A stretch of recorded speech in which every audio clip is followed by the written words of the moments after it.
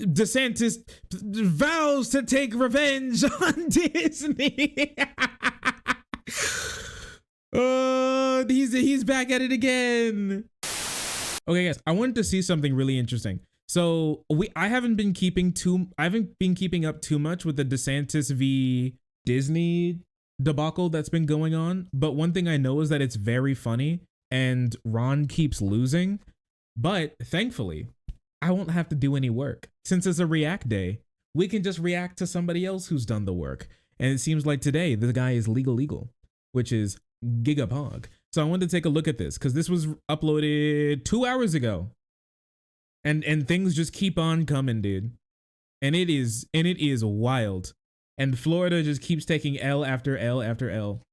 On behalf of Ron. DePant piss. Location at a small I'm on location at a small mom and pop business that just made a fool of Ron DeSantis. All they had in their corner was $200 billion in market cap and thousands of the world's best lawyers. But not only did they make a fool of Ron DeSantis, they did it in the most legally hilarious way possible. Yeah, so it's Florida Governor Ron DeSantis versus Disney in a fight to the death. And they're going head to head in a romp in the swamp, and only one will emerge victorious. And Not so the far, romp in the swamp. well, it's Disney 1, DeSantis 0. And you'll have to stick around until the end to learn of the hilarious legal way that they actually won this one. Now, I know what you're asking. Did Legal Eagle come to Disneyland just to film one sight gag? No, I came here for many sight gags. The trouble all started in March of 2022 when Florida's Republican-dominated legislature passed House Bill 1557, aka the Parental Rights in Education Act, aka the Don't Say Gay Bill. The law bans discussion of sexual orientation or gender identity for students in kindergarten through the 3rd grade in Florida public schools to protect, quote, the fundamental right of parents to make decisions regarding the upbringing and control of their children in a specified manner. And it also requires schools to out students to their parents as gay or trans, meaning that if a child of any age who is struggling with their gender identity comes to a guidance counselor or trusted teacher, the school cannot maintain confidentiality about this discussion and must disclose it to the parent as part of the child's educational record. Somebody doesn't want to step out of the closet, we open the door for them. And the bill creates a private right of action for parents to sue schools for violating this statute and recover monetary damages, including legal fees. Now, the law had quite a few vague terms, and when this was being debated in the legislature, State Senator Lori Berman wondered if the obligation to disclose any, quote, change in the student's services or monitoring related to the student's mental, emotional, or physical health or well-being would require schools to inform parents if a student requested a vegetarian meal for lunch. And the bill's sponsor, State Senator Dennis Baxley, agreed that it would. But if the bill's intent was to banish any mention of LGBTQ people from Florida schools as educators struggle to comply with a vaguely worded law under threat of cripplingly expensive litigation, it's been a rousing success. Teachers in Pasco and Duval County schools were ordered to remove safe space stickers from their classrooms for fear of running afoul of the Don't Say Gay bill. Even rainbows are being removed lest teachers be accused of indoctrinating kids. The Sarasota County School District published a flowchart for staff when a student requests to change their name or pronouns, and unless and until parents give permission, the answer will be no. And Governor DeSantis' then spokesperson... Insane, honestly. Just kids are not apparently not people at all. They can't have any privacy whatsoever about anything that they're going through. I really think honestly it should be illegal outside of like cases of like self-harm, suicide, to disclose confidential, talks between a student like a counselor and a student at school. If I'm going to be completely honest with you, what the hell is the counselor for then? If I can't talk to my counselor about anything with it, like who are kids supposed to go to talk to now if they can't talk to the people who they spend all day with, if they don't want to talk to their parents? They can't talk to their parents, and now in Florida they can't talk to their like counselors anymore. I can't tell you how many times that it's basically like a little free therapist. Honestly, like I think most faculty at schools should be counselors. If I'm going to be completely honest with you, it doesn't make any sense that we don't have that many counselors, or there's just like one counselor per grade. I think there should be like multiple counselors per grade, and I think like you should be able to go to them all the time. And I think there should be like on campus like therapists straight up. And I think all of those conversations should be completely private. I'm not sure. Are therapist talks protected by HIPAA? I'm not sure if they are. Talking about my shithole of a state. Yeah. Yeah, children are not property. They are? Yeah, I think it should be protected by HIPAA. Honestly, like period. And disclosure of that should be like a HIPAA violation by the counselor and should be like prosecuted. And the counselor should be able to be prosecuted because of that. I want the exact opposite of the Don't Say Gay bill, where those things are kept completely private from like the parents until the child decides that that they want this conversation to be amongst them and amongst them and their parents. There's a reason why they're not going to their parents to talk about these things. Okay, it's not because of it's not because of the gay media or something. It's because the parents have done something to like lose their child's trust, and they don't get it back by forcing their child to be with them the entire time. What happens is that now instead of the kid talking to anybody, the kid talks to nobody and like kills themselves or just like stops talking to you after they move out of your house. But I feel like the type of parents to do this anyways would be the type of parents to like kick their kids out of the house or like start charging them rent when they turned 18 anyways. Type of parents that like hate their kids. So, you know, and think of like childhood as like and think of like children as a burden anyway. So it wouldn't be really surprising to me. I think children need more protections in growing up. And I think we need free therapists, period, but especially free. Can you imagine how many like less broken human beings we would have if every student in a high school and elementary school was able to have like rental access and like reasonable timings for like therapist meetings like during or after or before school? Can you imagine how crazy that would be?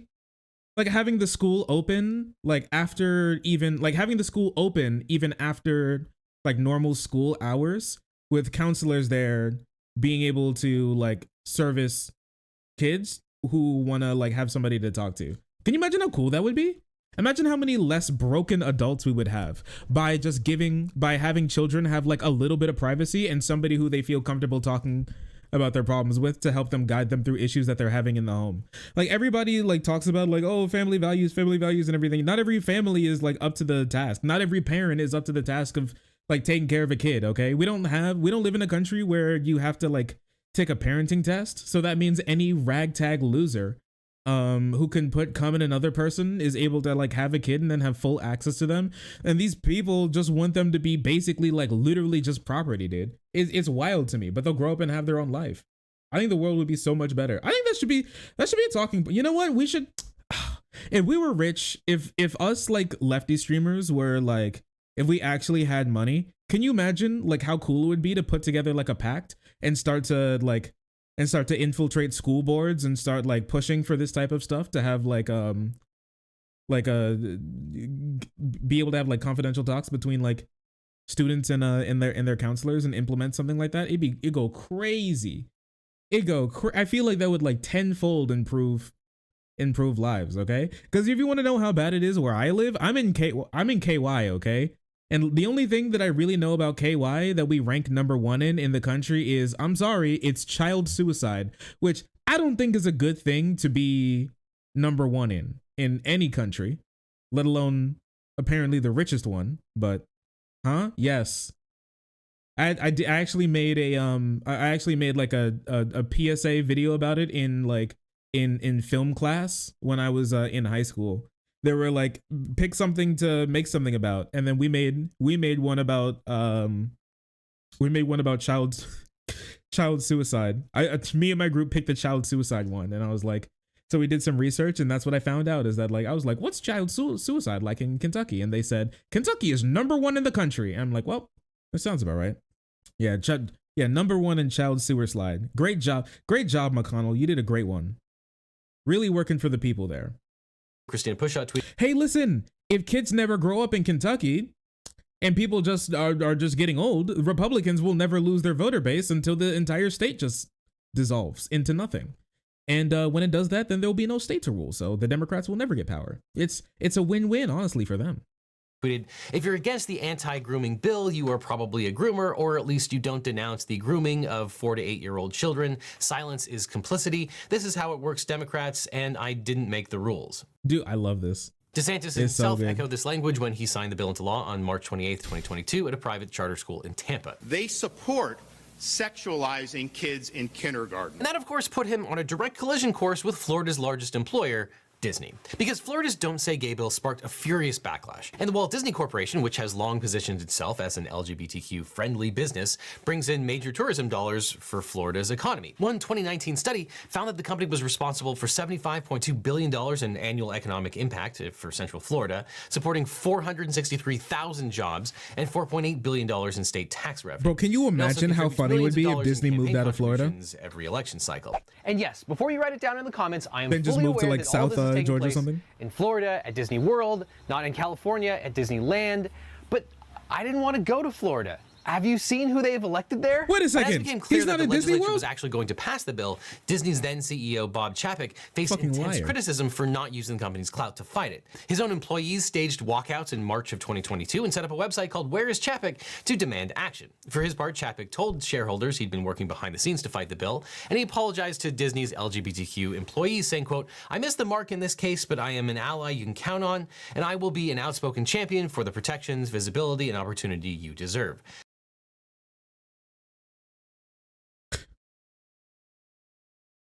I'm sorry, guys.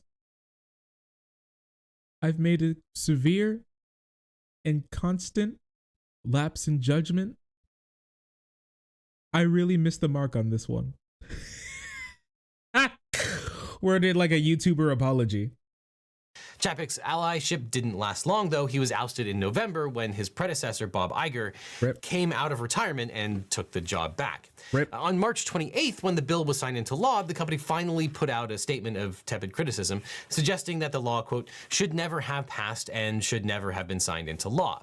Quote, "Our goal as a company is for this law to be repealed by the legislature or struck down in the courts, and we remain committed to supporting the national and state organizations working to achieve that. We're dedicated to standing up for the rights and safety of LGBTQ plus members of the Disney family, as well as the LGBTQ plus community in Florida and across the country." At which point Disney found itself in the middle of a Category 5 social media storm, dealing with the backlash to the backlash from the right-wing supporters of the bill itself. And as a result, Governor DeSantis and his allies vowed revenge on Disney for daring to criticize the law. At a press conference on March 29th, DeSantis branded Disney a bunch of, quote, California corporate executives. He said, quote, "I think they crossed the line. We're going to make sure we're fighting back when people are threatening our parents and threatening our kids." And here we are at It's a Small World, which is actually the birthplace of Ron DeSantis. Now, in a fundraising email, he threatened reprisal, tying it explicitly to the company's criticism. Quote, "If Disney wants to pick a fight, they chose the wrong guy. I will not allow a woke corporation based in California to run our state. Disney has gotten away with special deals from the state of Florida for way too long." Lieutenant Governor Florida's the only one with the special deal here. Less subtle, likening Disney to the Chinese Communist Party, and So insisting the true. company had no right to criticize the government. Dude, everybody that I don't like is literally one of them Asians. Don't you think it's curious any single time like a bad thing happens in America and then like the first thing that conservatives say is like, what are we, Asian? What's happening in my country? What are we, brown? What? Which is, of course, not how this works. Or maybe that's exactly how it works in Florida, where the government just made it illegal for teachers to acknowledge their own families and ban drag shows. Yeah, so California doesn't have those laws. California also doesn't have horrible humidity. So maybe if you're thinking about going to Florida, maybe go California and Disneyland instead. But the Florida legislature raced back to Tallahassee to figure out some way to stick it to the state's main economic engine. We gotta get What they settled on was repealing a special tax zone for the benefit of Disney called the Reedy Creek Improvement District. Now, naturally, they also tried to draw a line between the government action and the company's protected First Amendment speech. For instance, State Senator Spencer Roach tweeted on March 30th, quote, "Yesterday was the second meeting in a week with fellow legislators to discuss a repeal of the 1967 Reedy Creek Improvement Act, which allows Disney to act as its own government. If Disney wants to embrace woke ideology, it seems fitting that they should be regulated by Orange County." I think I remember when this was happening, we covered it. I think like, is this the guy who went on to local TV and said that Disney's not gonna disagree with us. Anybody who disagrees with us, anybody who disagrees with the state government is gonna just kick the hornet's nest. We're a bunch of hornets and we'll sting anybody who doesn't agree with us. It was wild. Oh yeah, I mean, it's a fitting name. Dude's name is literally Roach. So what is the Reedy Creek Improvement Act? Well, that requires us to go back to 1965 when Florida Governor Hayden Burns welcomed a new neighbor to the Sunshine State. Florida already has many world-famous tourist attractions, and the new Disney complex promises to complement these existing businesses and will greatly increase the magnetism of Florida's dynamic personality. Now, the Walt Disney Company promised to do for Orlando what it had done for Anaheim, California, with the Disneyland theme park. To incentivize the company to build Walt Disney World, Florida created a special tax district for the 25,000 acres of heretofore worthless swampland the company had bought up in Orange and Osceola counties. And according to Florida's uniform, it wasn't worthless to the Gators. I think they really liked it, honestly. Special District Accountability Act, a special district means a unit of local government created for a special purpose, as opposed to a general purpose, which has a jurisdiction to operate within a limited geographical boundary and is created by general law, special act, local ordinance, or by rule of the governor or cabinet. So in plain English, a special district is a government-authorized regional body dedicated to a specific purpose, like community development or fire or rescue, or, this being Florida, mosquito control. And truth be told, special districts aren't really all that special. The state's website lists 1,932 of them at last count, ranging from the Amax Brewer Memorial Law Library to the Zephyrillus Community Redevelopment Agency. But the Reedy Creek Improvement District was pretty special in that it was so wide-ranging. The original 1967 charter gave the Improvement District Board, which was controlled by the Walt Disney Corporation, dozens of powers. The RCID had the authority to build roads and sewage systems, to contract with neighboring police departments for security, to enact a mosquito control plan, and the law exempted it from virtually all zoning laws. It even gave the RCID the right to collect taxes at triple the rate of any county or city. Essentially, the charter allowed Disney to function as its own independent municipality, an arrangement which worked out well for everyone for some 55 years until the mouse got too big for its britches and started talking back to the governor. Anything but talking back to the government. Criticized the Don't Say Gay law, Governor DeSantis and his allies decided to kneecap Mickey by revoking the charter of the Reedy Creek Improvement District. His buddies in the state Senate raced back to Tallahassee to enact SB 4, a bill which purported to dissolve the Reedy Creek Improvement District itself. Well, to be more accurate, it dissolved, quote, any independent special district established by a special act prior to the date of ratification of the Florida Constitution on November 5th, 1968, and which was not reestablished, ratified, or otherwise reconstituted by special act or general law after November 5th, 1968. But you probably saw this coming. The only district affected by this law would be Reedy Creek. And Orlando land use lawyer Jacob Schumer immediately spotted a huge problem with his plan to stick it to Disney, because a lot of special districts were empowered to issue bonds. But the RCID charter had a special provision wherein the state of Florida pledged not to impair the rights of bondholders until, quote, all such bonds together with interest thereon and all costs and expenses in connection with any action or proceeding by or on behalf of such holders are fully met and discharged.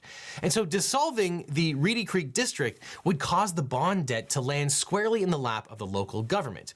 And while Disney can easily pay the $58 million annual debt service on the $1 billion worth of bonds, Osceola and Orange counties cannot. But DeSantis vowed to fight on, saying, quote, in the near future, we will propose additional legislation to authorize additional special districts. They literally can't get anything right. And an even playing field under the law. And his spokesperson vowed that no Florida taxpayer would see their rates go up as a result of the governor's mission to punish Disney for standing up for LGBTQ. I thought it was so good. We covered this. This was when I think we called this video when you lose everything to own the libs. And the like entire like 2 cities or more are going to be liable for like $1 billion. So they're going to have to so DeSantis is gonna have to pull a Billy out of his pussy or something. He's gonna have to start doing like booty short jort like car washes to be able to pay it off.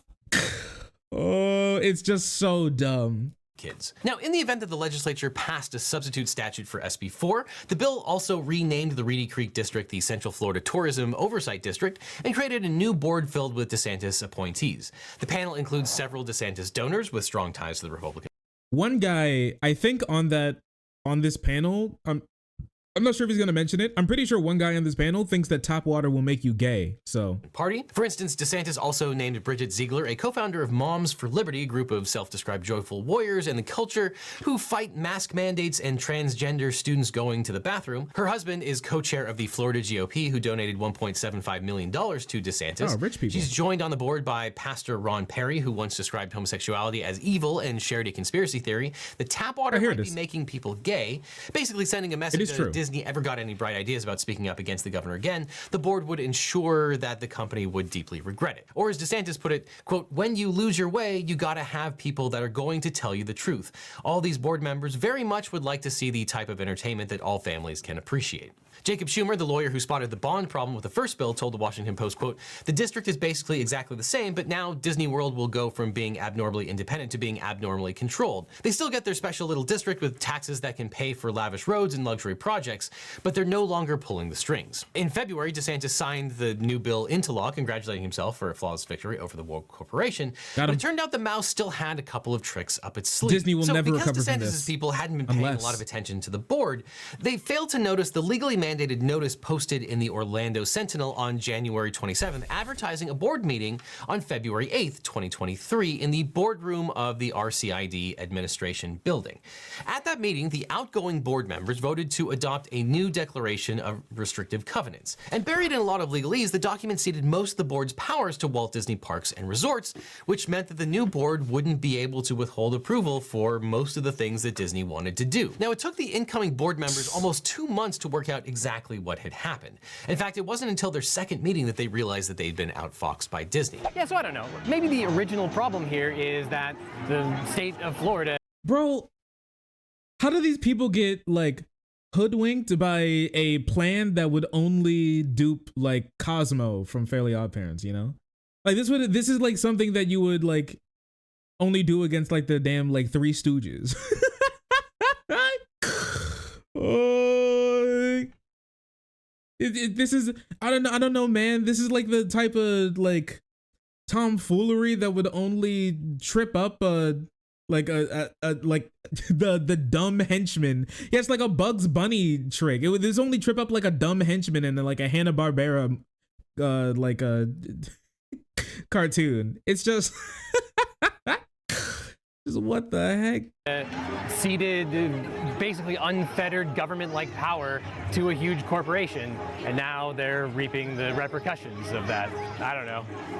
Maybe that's not a good idea. Who knows? I'm just a lawyer.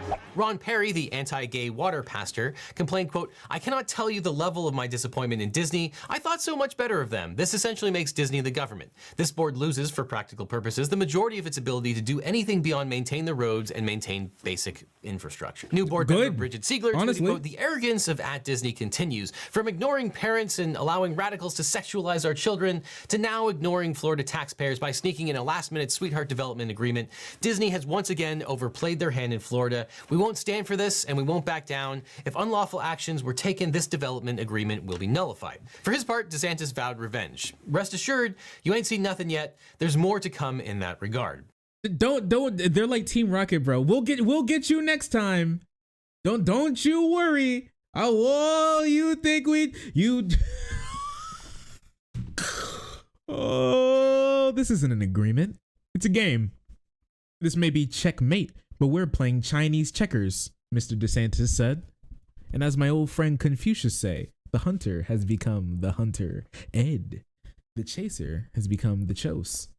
And the governor immediately dispatched an army of taxpayer-funded attorneys to attempt to unwind the deal. A statement attributed to four separate law firms reads, quote, the lack of consideration, the delegation of legislative authority to a private corporation, restriction of the board's ability to make legislative decisions, and giving away public rights without compensation for a private purpose, among other issues, warrant the new board's actions and direction to evaluate these overreaching documents and determine how best the new board can protect the public's interest in compliance with Florida law. Then the state's top lawyer, Florida Attorney General Ashley Moody, sent a public records request to the Reedy Creek board members demanding all communications, quote, discussing an intention or goal of circumventing, avoiding, frustrating, mitigating, or otherwise attempting to avoid the effects of anticipated actions by the Florida governor and the Florida legislature. In the meantime, DeSantis sent a letter to the state's chief inspector general, Melinda Miguel, demanding that she investigate the board for, quote, collusive and self-dealing arrangements aiming to nullify the recently passed legislation. No, the board is on the chopping block now. Apparently, he believes that it would be unethical or even criminal for the RCID board members to consult with Disney executives on the RCID contract, despite the company being a party to the RCID contract. But the counterpoint here is well taken. There are those that argue that Disney is trying to frustrate the democratic process. People elected their leaders in Florida. The leaders in Florida have enacted several laws that seek to revoke the special district that Disney was benefiting. And by trying to frustrate that special district and those laws, Disney is being anti-democratic. And it's hard to argue against that. It's just that it happens to be on a backdrop of potentially protected First Amendment rights and this whole culture war. New Disney CEO Bob Iger called out DeSantis at a recent Disney shareholder meeting, saying, "What you eating? Noodle. I made some noodles earlier today, and I've been eating them slowly across the course of the day. And so that was my last little bit." It's just that it happens to be on a backdrop of potentially protected First Amendment rights and this whole culture war. New Disney CEO Bob Iger called out DeSantis at a recent Disney shareholder meeting, saying, quote, the governor got very angry about the position Disney took, and it seems like he's decided to retaliate against us, including the naming of a new board to oversee the property and the business. In effect, it seems to punish a company for its exercise of constitutional right. And that just seems really wrong to me. Iger went on to accuse the governor of being anti-business, fighting words in today's GOP. Sheesh. And now we get to the extremely wonky but extremely juicy legal details of how Disney actually pulled this off. Because Disney's lawyers say that everything they did was strictly in accordance with the law. And if they're right, it will be thanks in part to an ancient legal principle which has bedeviled law students for generations. How many generations? Well, a lot. Quite. In fact, we have to go all the way back to the 17th century in England to the very real and very much less woke kingdom of Charles I, who reigned until 1649 when he literally lost his head. Oof. Literally. But in Couldn't be me. 1647, Henry Frederick Howard, the Earl of So no head. Arundel and Surrey, was faced with a problem. By law, the eldest of his 4 sons was supposed to inherit his estate. Unfortunately, that son, Thomas, was legally insane and incapable of managing the Earl's vast land. He's just like me. Furthermore, it was unlikely, although not impossible, that Thomas would produce a son of his own to inherit the estate. And so the Earl and his esteemed lawyer, Sir Orlando Bridgman, devised a complicated plan to divide the land and accompanying titles among the 4 sons upon the Earl's death. The will took into account multiple contingencies, with clauses shifting assets around at some undetermined future date if Thomas should die without an heir. And furthermore, the Earl liked this crazy contraption so much that his will imposed this plan to rotate assets among multiple future generations. But by 1682, the Earl had died, although not at the guillotine, and his second and third sons, Henry and Charles, were locked in an epic legal dispute which came to be known as the Duke of Gloucester's case. Henry argued that the complex scheme of shifting ownership dictated by his father's will was illegal because it tied up property for too long. And the court agreed, thus creating what became known as the rule against perpetuities, a legal concept so famously complicated that it has been included on every bar exam for decades as a kind of hazing ritual for the legal profession. In essence, the court held that it was bad public policy to allow landowners to lock up property forever, i.e. in perpetuity. And at the time, England was rapidly transitioning from a feudal society to one based on capitalism and trade, and so it made sense that the court decided that allowing landowners to wall off great swaths of the country's assets from sale would be a hindrance to the new mercantile economy. And this has become a foundational principle of English and American common law. We don't like rules that say things can't be sold, and we really don't like imposing restrictions on land sale or use by future owners. So over the years, this rule against perpetuities has been reduced to a simple axiom. No interest is good unless it must vest, if at all, no later than 21 years after some life and being at the creation of the interest. Okay, so maybe that's not particularly that simple, but in plain interest, the law will not allow you to dictate the ownership of property forever. The best you can do is pick someone who is alive at the time that the document is signed and peg your instructions to that person's life. Just watched this a while ago. It's been up for 2 hours. Are you a damn time traveler? lifespan plus a maximum of 21 years after they die. That person is known as a, quote, life in being, commonly referred to as a measuring life, and that person doesn't have to be a party to the contract. You can make a measuring life Miley Cyrus or Barack Obama or your brother's new baby. It doesn't matter. It just has to be someone alive at the time of the contract. All right, so how does this work in practice? Well, let's say that Scrooge McDuck wants to leave his mansion to Huey, Dewey, and Louie. In his will, he writes, "I leave my home to my beloved nephews for life, and then to their children when the last of them reaches the age of 25. Now, in theory, Huey, Dewey, and Louie could father children, or ducklings, on the last day of their lives. So this will violates the rule against perpetuities because it exceeds the measuring lives, that's Huey, Dewey, and Louie, by more than 21 years. But change 25 to 21 and say my nephew's lives plus 21 years, and it's probably all good. So what does this have to do with Ron DeSantis trying to burn down Mickey's clubhouse? Well, Florida, like most states, has modified its rule against perpetuities. It's no longer 21 years. In fact, in 2022, the state changed the rule from 360 years to 1,000 years, which is pretty optimistic considering how much of the state's population lives in coastal areas, which could be affected by sea level rise. But Disney and the RCID board knew that DeSantis and his allies in Tallahassee would be on the hunt for any possible way to avoid the declaration that strips his appointees of power over the company. Remember, the RCID board and Disney just watched Disney forever, 1,000 years. Oh, wait, I need to hear that again. To 21 and say my nephew's lives plus 21 years, and it's probably all good. So what does this have to do with Ron DeSantis trying to burn down Mickey's clubhouse? Well, Florida, like most states, has modified its rule against perpetuities. It's no longer 21 years. In fact, in 2022, the state changed the rule from 360 years to 1,000 years. Why?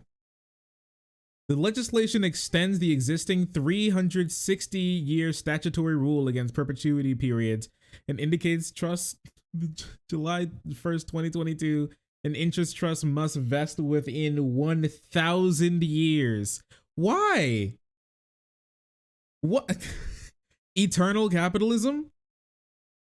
It will never end? 360 is insane enough. But which is pretty optimistic considering how much of the state's population lives in coastal areas, which could be affected by sea level rise. But Disney and the RCID board knew that DeSantis and his allies in Tallahassee would be on the hunt for any possible way to void the declaration that strips his appointees of power over the company. Remember, the RCID board and Disney just watched the legislature pass multiple laws aimed directly at them, and they know that he's not above enacting a 17-minute rule against perpetuities that only applies to special districts established in 1967. So to protect the company from that eventuality, they inserted this clause, quote, "If the perpetual term of this declaration is deemed to violate the rule against perpetuities or any similar law or rule, this declaration shall continue in effect until 21 years after the death of the last survivor of the descendants of King Charles III, King of England, living as of the date of this declaration." And you should know, in May, King Charles will be officially inaugurated as King of England. He has 2 sons, 5 grandchildren who are living as of the date of this declaration. So for the purposes of this contract, they are the measuring lines. Prince William's children are Prince... What? Dude, this is crazy. Are these lawyers time travelers, dude? This is... What in the world? This is the most... They were digging... The lawyers... How much are they paying these lawyers, dude? These have to be the most, like, wealthy lawyers I've heard in my entire life. They have, like, an entire army of lawyers, like, dusting off, like... 17th century goddamn British scrolls to find a way to hoodwink DeSantis. That's wild to me. This is craziness. This is really funny. This is really, really funny. This is okay.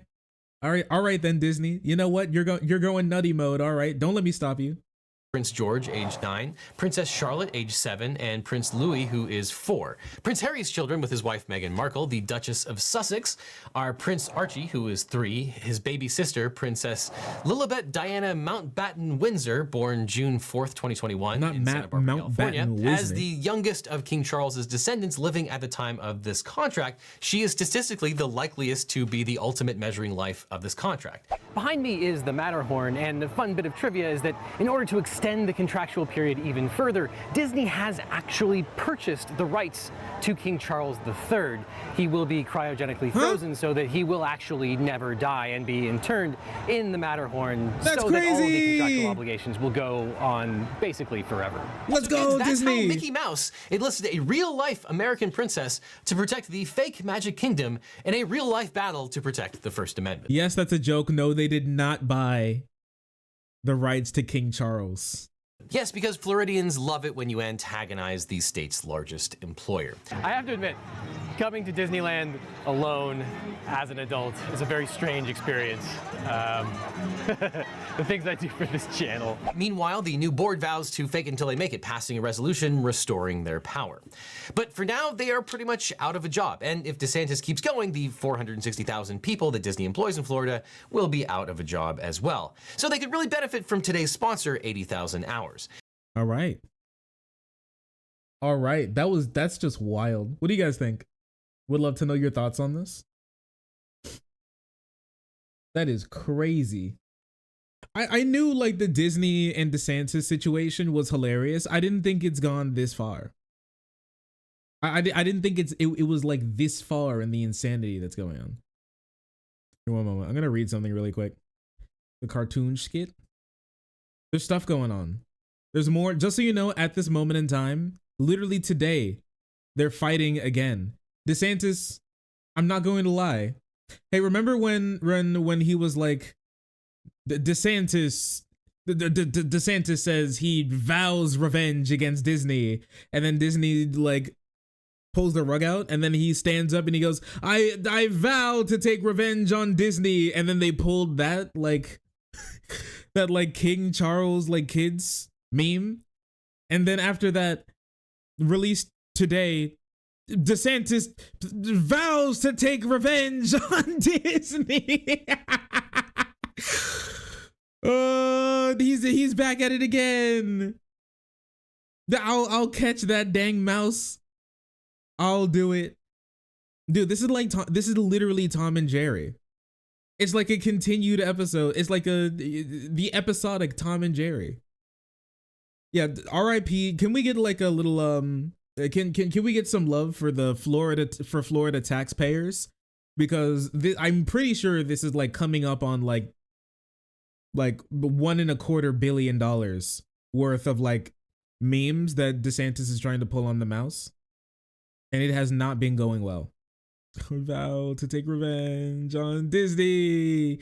His new meme is that DeSantis said on Monday he's threatening to build a prison, because that's the only infrastructure project that Floridians know how to make apparently, or competing theme park near Magic Kingdom, or raise taxes on Disney to retaliate against the company for resisting the state's takeover of their special taxing district. So he wants to just like build a really big, really stinky prison near like Magic Kingdom, just all because he wants to like own the libs. Billions of dollars simply to own the libs. Laying out his plan to extract retribution against the House of Mouse. The Florida Republicans said the GOP-controlled state legislature will take steps to formally nullify Disney's attempts to maintain control over the district.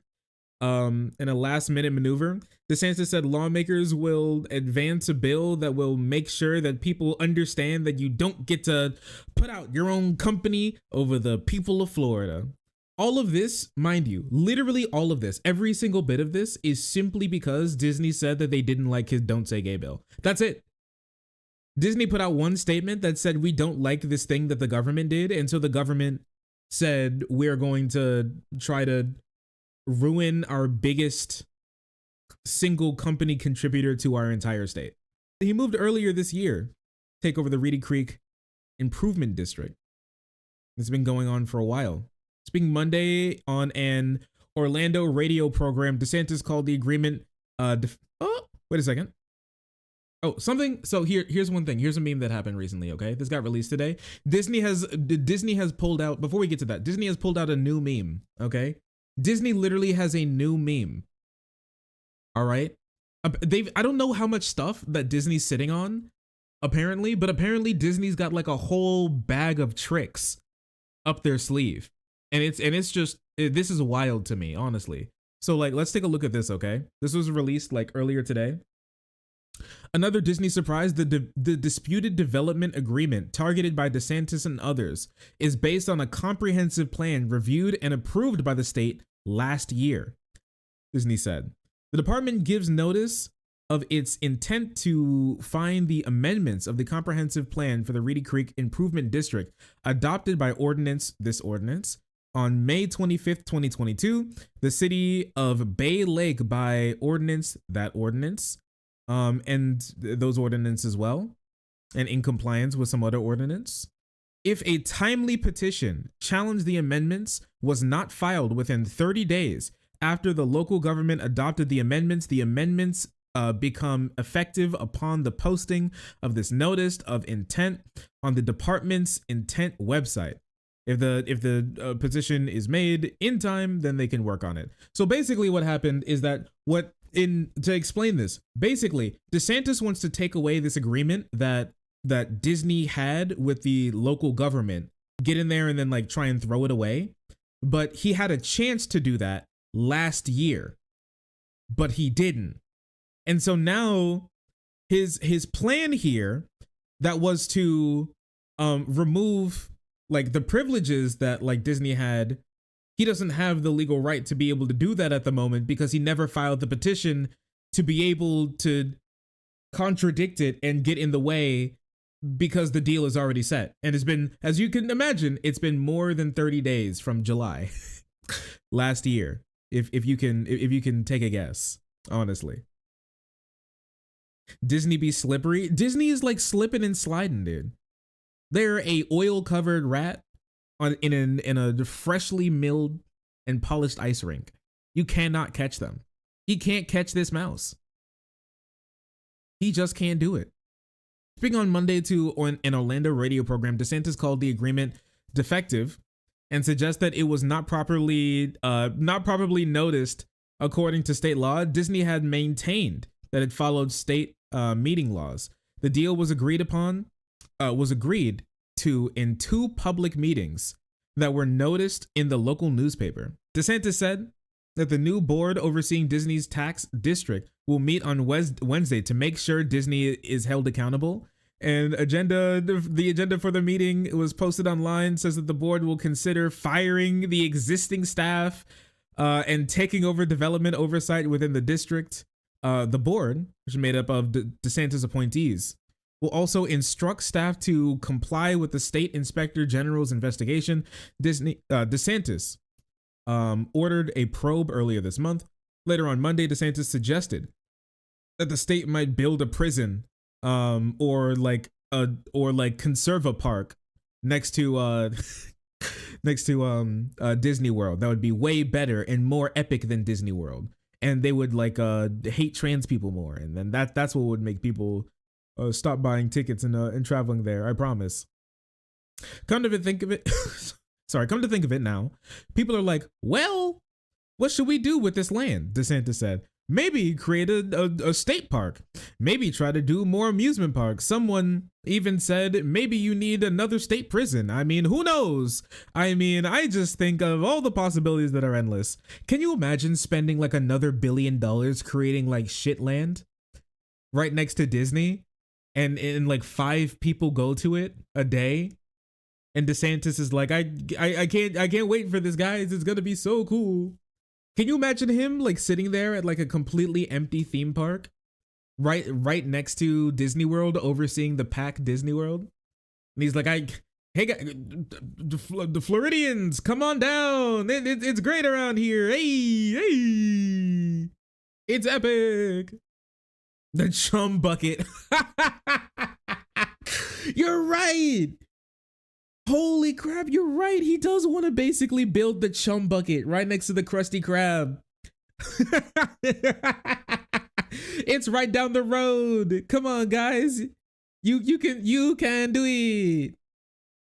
Come on down. I beg of you, please. We can own them. We can body them. Holy crap. DeSantis said the new board would raise taxes on Disney. He suggested the additional revenue could be used to pay down the district's existing debt. A proposal that, if realized, could eventually allow the state to end the district for good. The district's sizable debt, an estimated $1 billion last year, prevented the state from moving ahead with the new law that would have eliminated the district by this June. The state earlier this year said instead decided to keep the district, but put DeSantis appointees in charge of its governing board. And so now they like, we got to get away. We have to find a way to get around all this like debt. So what if we just kind of like tax them a lot and then use the taxes to pay off the debt? And then we'll get them. But then that deal that they didn't want to be a part of, that they forgot to actually like do anything about, is still like an issue for them. So they'll have to see. Meanwhile, the state agriculture commissioner said that he supported the legislation that would require state inspectors of theme parks. However, DeSantis said the legislation would only apply to parks in special districts. Wait a second. He wanted to build the Chum Bucket Park right next to Disney World, but then make like an inspection bureau, but not have his theme park, DeSantis land, be normally inspected. All right. DeSantis again denied that his administration was outmaneuvered by Disney, calling this agreement to take power back a legal fiction. He said the agreement Disney reached with the outgoing board had a plethora of legal problems. And the GOP-controlled legislator would quickly move a bill to nullify it. Yeah, buddy. Let's see how that works out for you. Guys, you don't get it. It's going to be so epic. We're gonna completely do it. We're gonna get Disney this time. He literally can't get away from us this time. He's in Disney L. Oh, sorry. I didn't see you there. If you're enjoying the content, hit the subscribe button. If you don't, it'll make Boo very sad. I know a bunch of you who are watching are not subscribed. Join the frenzy. You won't regret it. Thank you, Boo.